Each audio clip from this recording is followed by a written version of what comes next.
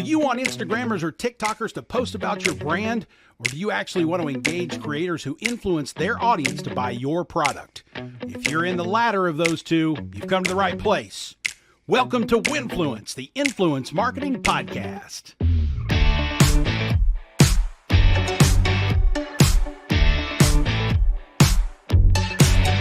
Hello again, friends. Thanks for tuning into Winfluence, the Influence Marketing Podcast. What would you do if you didn't have access to social media for a day? How about a week? What about 3.5 months? How would that change your daily habits? How would it change where you turned to for information? How would it affect your business? Now, certainly for you social media content creators and brands that rely heavily on social media creators and content to drive customers, I'm sure it could be catastrophic. But really, are there no other alternatives? Now, don't get me wrong, I'm not here to advocate for a social media shutdown, but someone did it recently and lived to tell. Meg Casebolt is a B2B SEO consultant. For a long time, she followed the crowds to social media, leveraged it for her business and her clients, and did what we all do. Now, SEO is a different discipline from social media, but it still requires creating content, promoting that content, and staying relevant in the online world.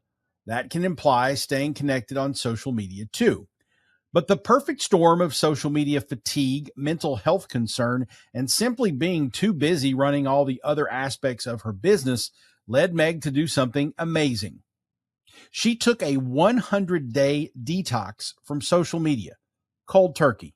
No Facebook, no Instagram, no Twitter, no TikTok, no LinkedIn. And guess what? Her business not only survived, but thrived. Her mental health issues subsided. She was happier. She reconnected with previous clients, worked referrals, and grew her business.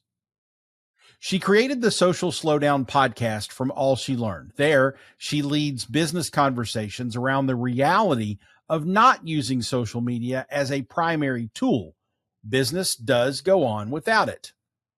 Meg took a lot of the conversations from that podcast and has now shaped it all into a book called The Social Shutdown as well. It documents her experiment to leave social media for 100 days and not show a negative impact on her business. She's here today to share those insights with us and talk about the reality of social media, where it fits, and how we all, creators included, can perhaps look at social content and channels in a more healthy light for us and our audiences. I know you're skeptical, but trust me, this conversation is worth hearing. Meg Casebolt is coming up on Winfluence. As always, this episode of Winfluence is presented by CIPIO.ai. We are helping brands transform their digital marketing with user-generated content, videos, and images at scale. Why? I'll tell you why. Shopify data shows user-generated content quadruples your ad click-through rate. UGC drives as much as 7 times more engagement on social media.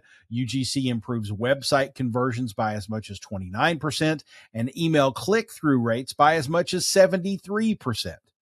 UGC is also more trusted by consumers than even traditional influencer content, and CIPIO.ai is building the next generation of visual content management solutions to go along with all that UGC scalability. While we fully bake that new technology, CIPIO.ai can plug you into your own community of users, find those who create great content, and help you engage them to do it for your brand. Your digital marketing performs better. You don't have to go looking for content to use for paid or owned campaigns, and we've got a team to manage it all for you if you want. Come see us at CIPIO.ai if you want me to personally show you the platform and how we can solve your digital marketing performance problems with high-performing user-generated content. Just go to jasonfalls.co/CIPIO. Fill out that form, and I'll personally set up time to chat with you. That's jasonfalls.co/CIPIO.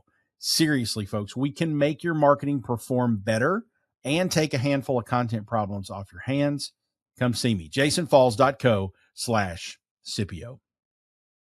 In the world of influencer marketing, should we consider a social slowdown? We'll talk to one who did it and learn. Meg Casebolt is next on Winfluence.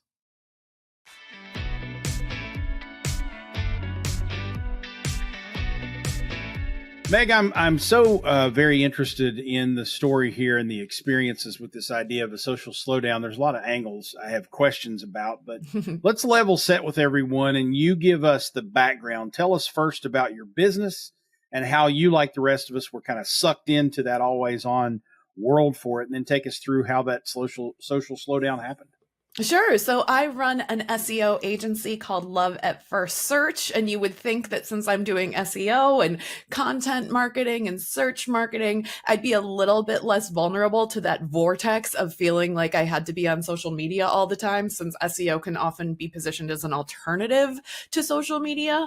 But even so, I found myself, I started my business, golly, 10 years ago, started my business and felt like in order to be taggable in people who are looking for an SEO expert, or in order to show up when people are being top of mind when people are talking about SEO in these online communities, I still had to be in all of those spaces.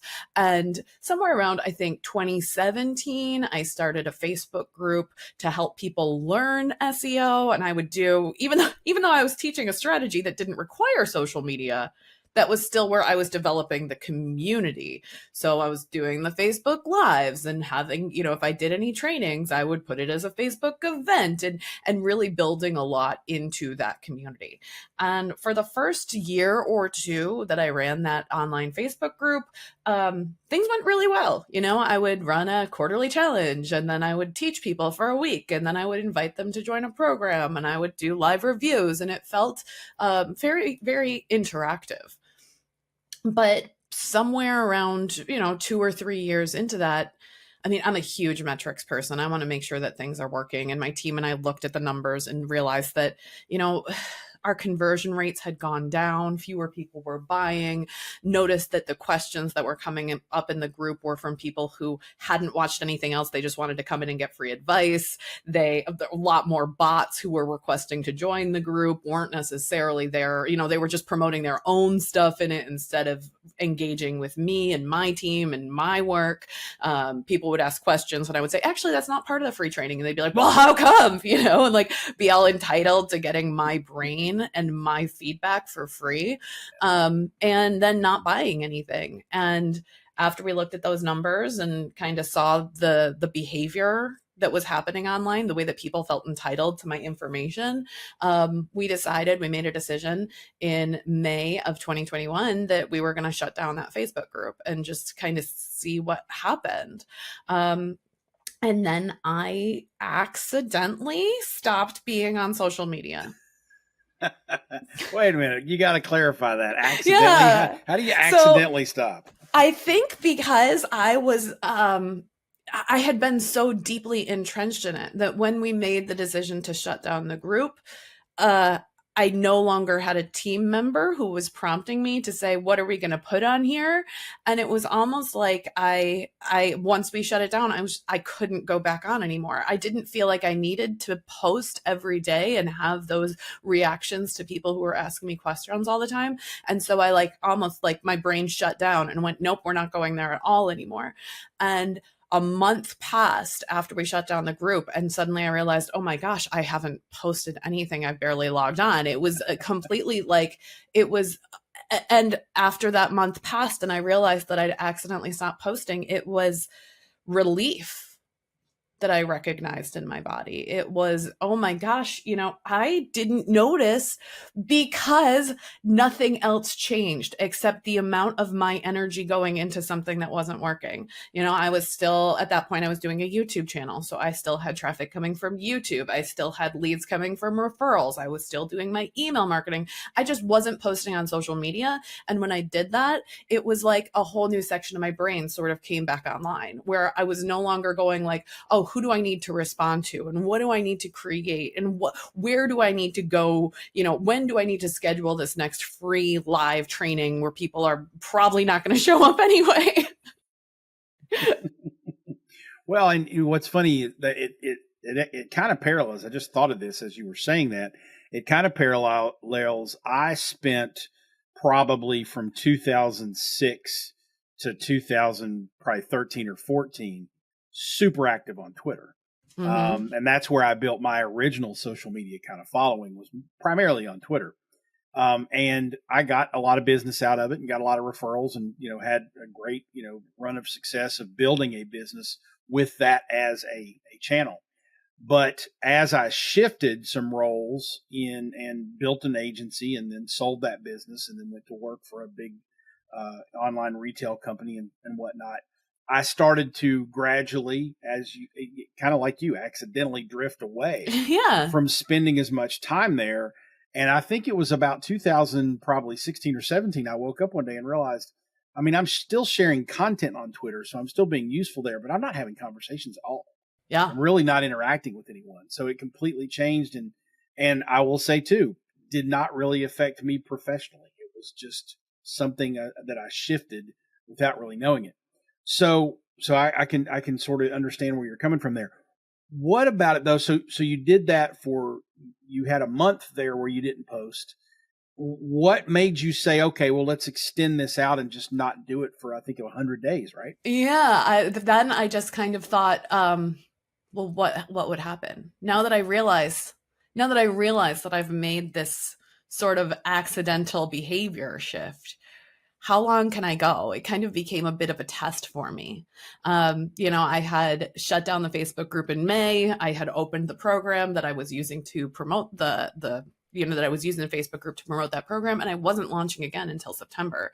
So I kind of went, what if I just take the summer off? What would happen? What would happen if I took the time that I had invested in this platform that wasn't working as well as I thought it was working, but I didn't want to give it up because I had this group of a couple thousand people who were engaging with me, but not really engaging with me. They were passively in this space. I had built this container for them, and therefore I felt like I needed to entertain them because they had agreed, they had opted in. What if I take all the time and the energy that maybe not all the time, maybe some of the time, and I invested it somewhere else? So I tried to do more coffee chats with people and said, like, how can we get to know each other? How can we support each other? And that led to more one-to-one word of mouth referrals that replaced that feeling of needing to be everywhere and felt more like a deep conversation I could have with people versus what am I going to broadcast to a couple thousand people and get 1% reach on it, and it felt different. And I found that I didn't have to spend as much time. I just said, what if I take that time and spend it here? But it wasn't even the time in the group. It wasn't even the time creating the post. It was the fact that my head was always thinking, oh, I'm taking my kids to the zoo, and I need to take a picture to put it on my stories to prove that I have this flexible life that I can take my kids to the zoo. It wasn't that I wanted a picture of my son with an elephant. It was that I wanted to show people that I could do it. And once I recognized that behavior of performance versus providing information, I kind of went, let me look at that. Let me inspect that a little bit closer. Well, I applaud you for doing that, because most of the talking head people like me realize that we're performers and it's an ego trip and we don't let go of it. So good. And it is an ego trip, especially with some of the metrics around like follower counts, where you can say, wow, look how many people love me. Like, it's so tied into our self-worth and our self-value that we can get stuck on things that may not necessarily impact the performance of our business, whether it's like our marketing performance, our revenue. It's like, well, look how many people downloaded my podcast.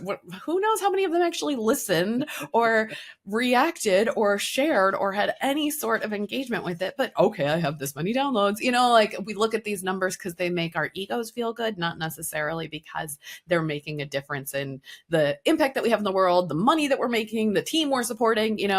It's really easy to get lost. Okay, from a broad level marketing perspective, I totally get that social media isn't always necessary. You're obviously in the B2B space. You sell SEO services. Depending upon the client or customer, your ICP isn't someone looking for those services on social media for the most part. They're searching, they're looking up resources, they're downloading white papers, watching YouTube videos, asking for referrals. Do you think your results would have been different if you were a B2C online retailer, beauty brand, or other type company like that? I think that there are definitely some industries in which social media is more essential or it converts better. I think sometimes in, the product space, the beauty space, there are times where you want to see the product in action. Or, I work with a lot of makers and creatives who sometimes their purchases are impulse buys. Right? You don't necessarily know that you need that sticker, that, mug, something like that piece of art. It's sort of like it when you see it, but you don't necessarily know what it is that you're looking for. So you may need some sort of demonstration or visual performance of what is happening in that space.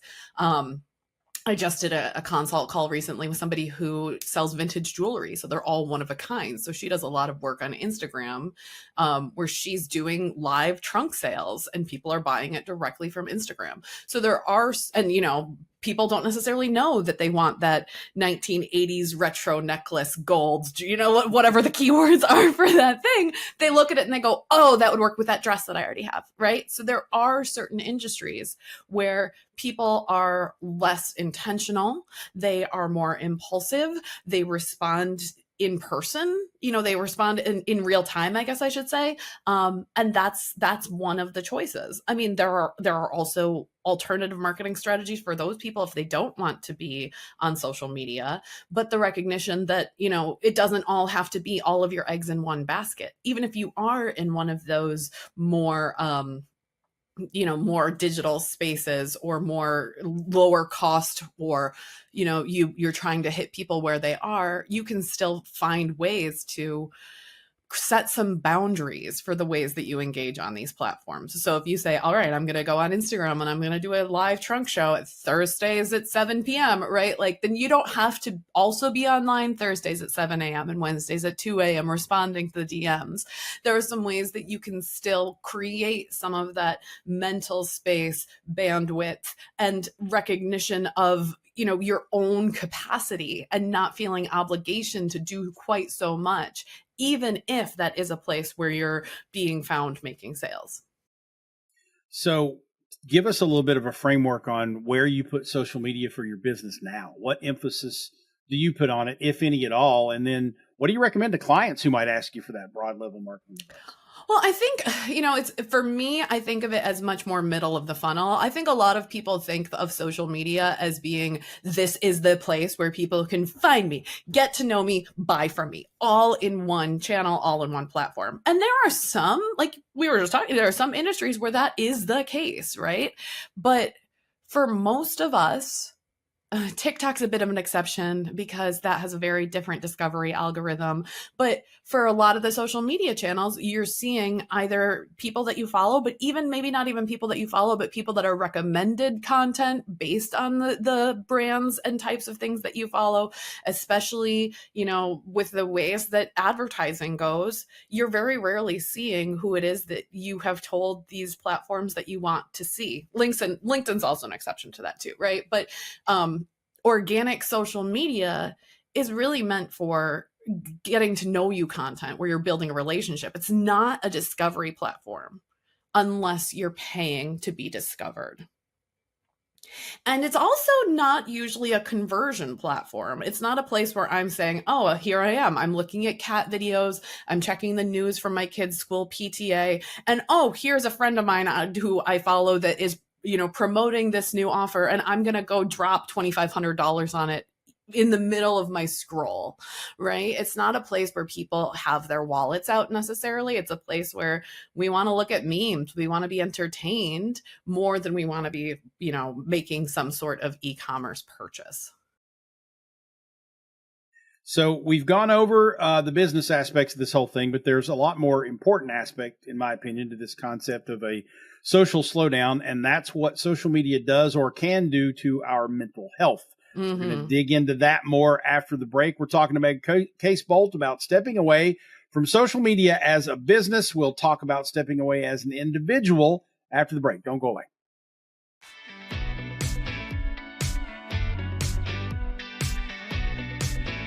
Welcome back to Winfluence. We're talking to Meg Casebolt of the Social Slowdown. That's her new book, which is a byproduct of a successful podcast talking about her 100-day social media fast, if you will. Before the break, we were talking about how it didn't negatively impact her business. In fact, in many ways, it helped her come into more focus with it. But now I want to dig into what I think is the more important part of your learning, Meg, from the social media slowdown, and that's the personal impact, particularly that around mental health. I don't think anyone who has half a brain would disagree that social media can be detrimental to our mental health, but you've done more research and thinking around this. How can that always on environment negatively affect us? Well, the studies have found that social media lights up our brain very similar to the way that gambling does. So in the same way that, you see a big jackpot when you're at the casino and you think I could be that person, same thing when you see someone go viral on social media and you think I could be that person. I could have those million views. I could win that jackpot. And that feeling, that dopamine rush that we get from, pushing the slot machine or playing the blackjack table is very similar in our brains to what we get when we get the likes and follows, when we scroll through, when we see something that's funny. And that doesn't mean I'm saying don't go gamble. I have a plane ticket next month to go to Las Vegas. I got married in Las Vegas. I love gambling, but we have to recognize what it does to us and come up with a plan for how to do it safely, right? So it's not just here, casino, here's my credit card, give me all the chips that you can until I go bankrupt, right? Like my husband and I walk into a casino and we're like, all right, what is our budget for the night? What is the money that we would spend, whether we're going out to dinner or whether we're gambling or whether we're going to a show? This is your poker money, babe, and we have to do the same thing when we think about, I don't want to say we have to do the same thing. I said that like it's imperative that we do this. I'm going to give you the option to think about what are the constraints and the boundaries that you put on this addictive tool. This tool that is meant and designed intentionally continue to drawing you back in, to continue to make you feel like you have to engage with it, because every time you engage with it, they show you an ad that makes them money, right? So what are the ways that you can put some constraints on this for yourself? What's your social media gambling budget, for lack of a better idea here? Maybe it's I'm going to batch my content so that I don't have to get on the platform at all, so I don't get sucked into that vortex. And then every Tuesday before I walk into the house, I will, or maybe every morning before I walk into the house, I will sit in my driveway, I will read people's comments, and then I will walk into the house and get on my computer and not open it up. I'll only look at it on my phone these 2 times a day.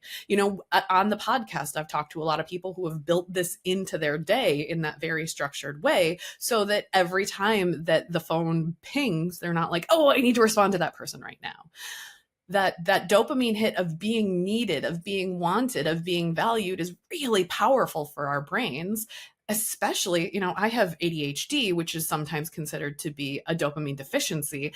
And so it's much more common for me when I see those notifications come through to get kind of itchy about them and be like, oh, I want to know what's happening. And then it kind of is that scratchy itch in the back of my brain of like, well, I know that I'm working on this keyword research right now, but I wonder what that notification was all about. I'll just take a look. I'll just look really quickly. And then 20 minutes goes by and I haven't done anything.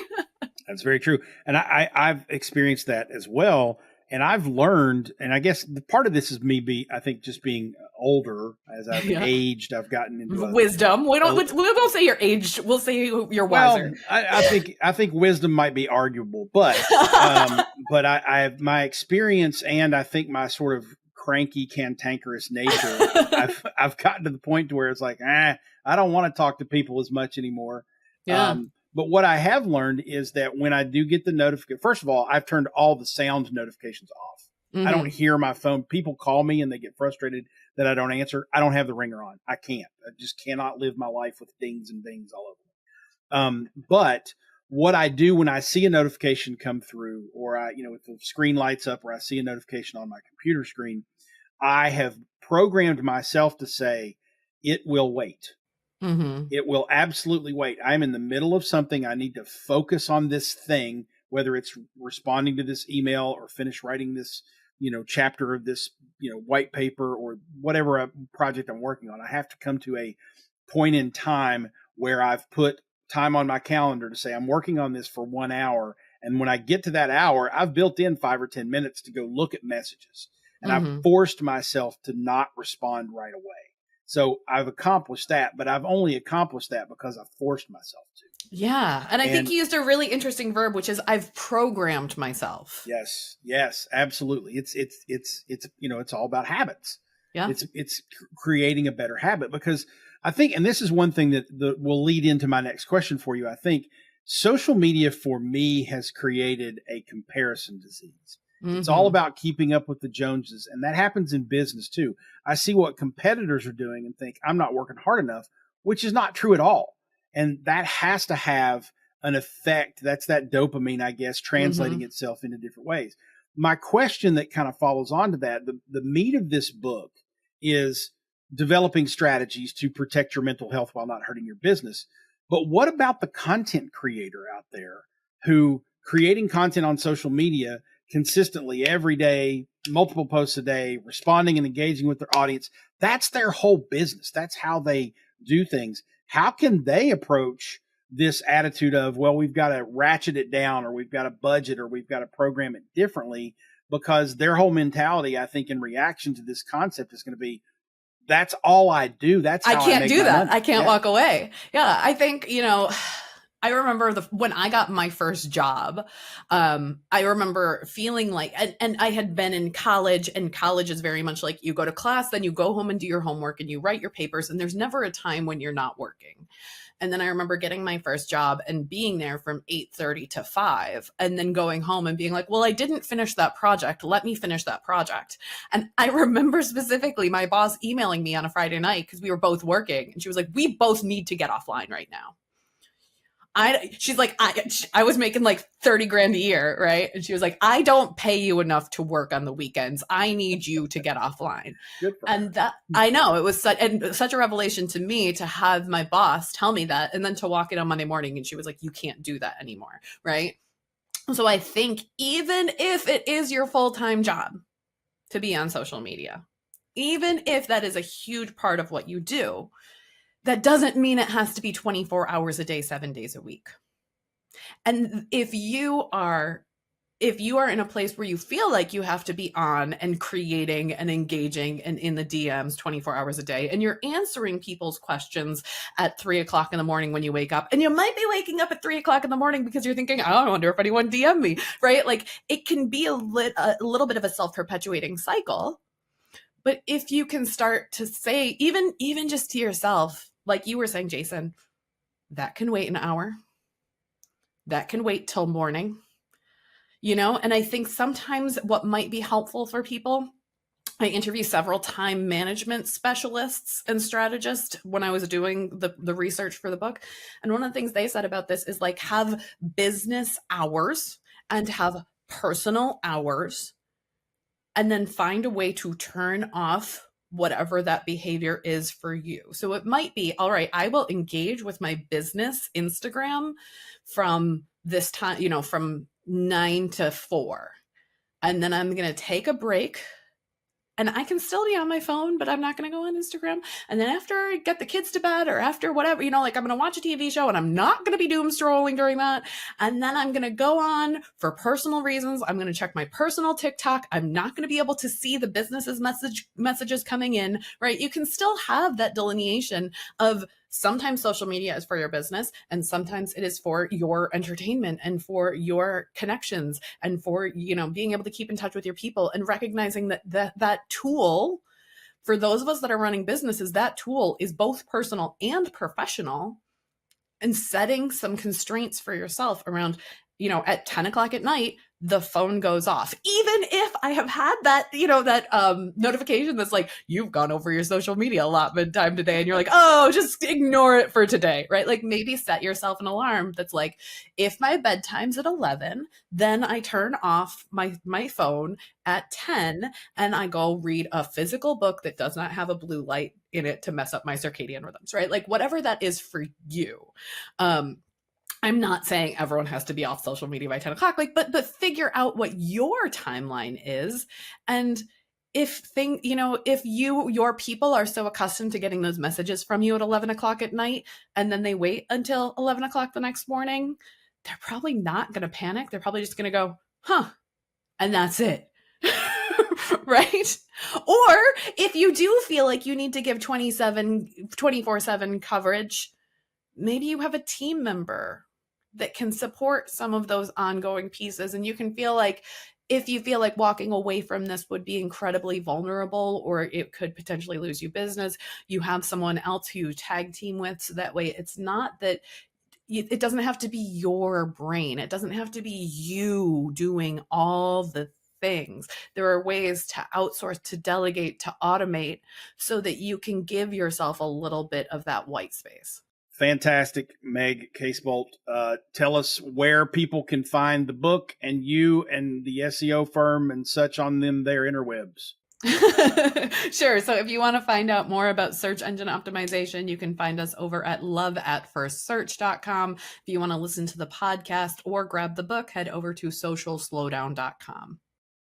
Beautiful. We'll make sure all those links are in the show notes. And after this little quick break here at the end, I'll come back and remind you where to get all those. Meg, thank you so much for doing this, for sharing it, and for looking out for all of us out here with our constantly always on buzzes and my daughter texting me about Taylor Swift ticket queues and stuff like that, even while I'm doing this show. So that notification you have to keep. Like, you cannot just turn off the Taylor Swift notifications. Yeah. That is blasphemy. That's what they tell me. Thank you so much for the opportunity to discuss this, Jason. I really appreciate it. All right, awesome.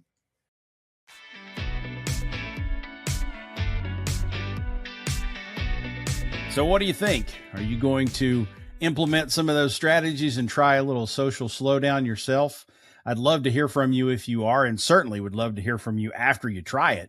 Even if you just do it for a week to see how you feel, that'd be great to get that feedback, and maybe we'll have you on the show to talk about your experience with that. I definitely encourage people to walk away from the social noise as much as they can. I try to detox a little bit on the weekends myself, but just like all of you, I'm in the middle of it all. And it seems like you constantly have to be creating some form of content, or, sharing or, promoting some other form of content all the time to be able to stay not just ahead, just keep up with everyone these days. So good ideas there from Meg Casebolt. Be sure to check that out.